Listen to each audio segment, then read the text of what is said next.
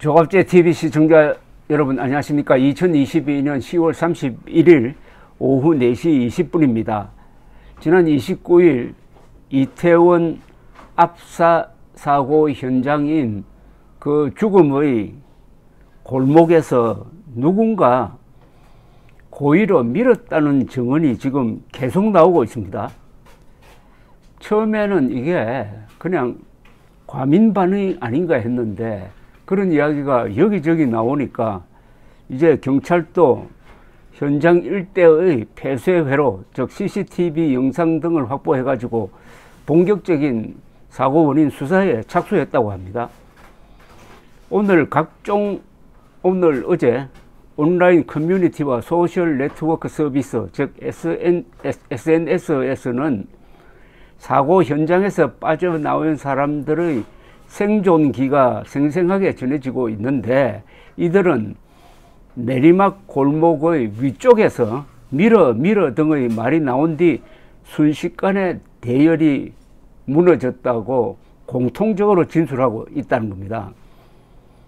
당시 사고 현장에 있었다는 유튜버 선여정 씨는 인스타그램을 통해서 뒤에서 야 밀어, 우리가 더 힘세, 내가 이겨라고 했다. 어느 순간 순환이 엉키면서 서로 밀더니 줄다리기 하듯 엄청 강한 힘으로 앞뒤 양쪽에서 압박이 왔다.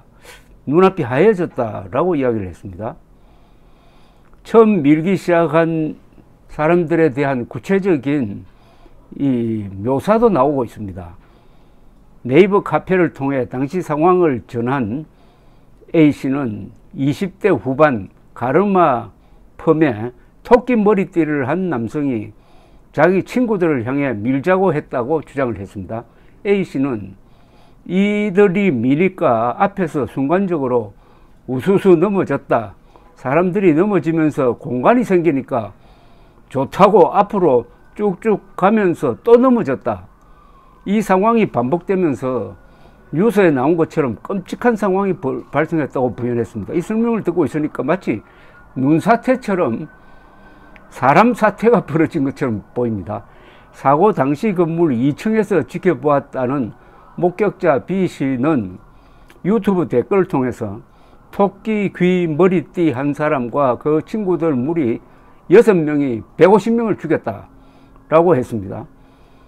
그는 처음에는 뒤로였는데 그 사람이 친구 너댓 명과 밀어로 선동하면서 밀어로 바뀌었고 사람들이 밀기 시작했다. 앞에 사람들이 넘어졌는데도 계속 밀다가 저희 층에서 그만하라고 물건 던지고 소리치니까 앞의 상황을 확인하고 그 친구들이 도망갔다. 꼭 잡아서 처벌해야 한다고 주장을 했습니다. 여러 목격자들의 공통된 증언이 쏟아지자 이 SNS에 글을 많이 올리는 사람들은 토끼 머리띠를 한 남성이 찍힌 영상들을 공유하면서 가해자에 대한 처벌을 촉구하고 나섰습니다.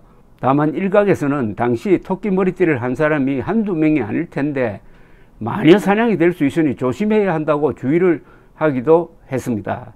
이와 관련해서 경찰은 현장 주변 CCTV뿐 아니라 사설 CCTV 42개소에서 총 52대를 확보해서 분석하고 있으며 SNS에 올라온 영상물에 대해서도 정밀 분석하고 있다면서 목격자 조사, 영상 분석 등을 통해 모든 가능성을 열어두고 정확한 경위를 확인 중이라고 했습니다. 다만 수사 초기여서 입건 대상자는 아직 없다며 확대 해석을 경계했습니다.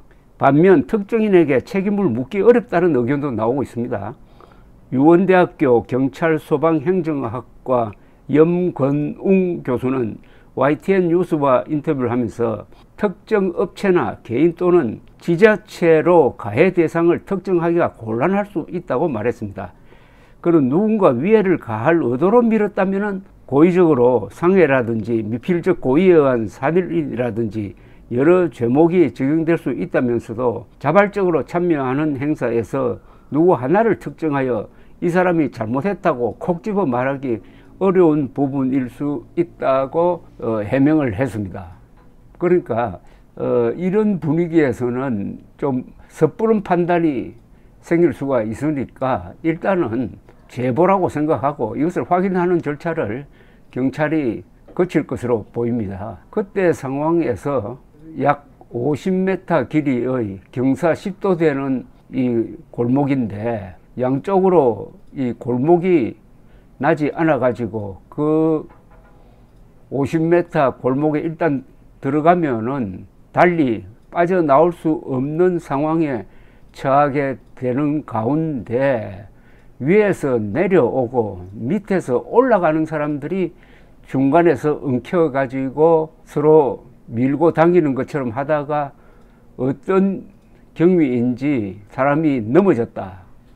이미 넘어지기 전에도 그 밀도가 인간 밀도가 1평방미터 땅 한 7명 정도 꽉 끼어 있어 가지고 그 서서도 실신할 수 있는 그런 상황이 벌어졌는데 넘어지고 3중 4중이 아니라 5중 6중으로 사람이 서로 뒤엉키고 덮이고 하면서 거의 지금 보면은 적사한 사람이 호흡곤란 또는 심정지로 적사한 사람이 많은 것 같습니다. 심폐소생술을 해서 얼마나 많이 살았는지 모르지만은 많지 않을 것 같고 우선 현장에서 끄집어내 가지고 심폐소생술을 하는 데는 시간이 걸리는데 이른바 골든타임은 4분밖에 안 된다고 합니다. 4분 사이에 그렇게 할 수 있는 상황이 아니었다는 것은 그 영상 올라온 것을 보면 알 수가 있습니다. 사람들이 와서 끄집어내려고 하는데 너무 무거워서 위에 덮여 있는 사람들 층이 너무 많아 가지고 제대로 끄집어낼 수가 없었다는 이야기입니다. 그러니까 이 사고는 흔히 압사 사고에서 공통적인 어느 쪽으로 해가지고 뭐 비가 쏟아진다든지 해가지고 또는 누가 최루가스를 던져가지고 그걸 피하기 위해서 어느 일정한 방향을 향해서 막 달리다가 넘어지는 가운데서 일어나는 압사 사고와는 완전히 다른 어떻게 보면은 압착 사고입니다, 이게. 그래서 지금 외국 언론은 스탬피드, 달리다가 밟혀 죽는 사고를 스탬피드라고 하는데 스탬피드가 아니고 이건 크러쉬다. CRUSH, 크러쉬라고 표현하고 있습니다. 그것은 이번 사고가 아주 특이하다는 겁니다. 특이하다는. 이 예가 거의 없습니다. 이런 사고니까. 그러니까 누가 이걸 촉발했느냐 하는 것도 그런 차원에서 아주 냉정하게 볼 필요가 있다고 생각합니다. 밀어라고 한 사람도 그 행동으로 해서 이런 엄청난 일이 벌어질 줄은 아마 몰랐을 것입니다. 일단은 이것은 감정의 문제가 아니라 사실의 문제니까 의문은 같더라도 마녀사냥 분위기에서는 곤란하지 않겠느냐. 더구나 그런 에어스타일을 한 사람이 한두 사람이 아닐 테니까 제2차 피해를 조심해야 될 것이라는 생각도 듭니다. 감사합니다.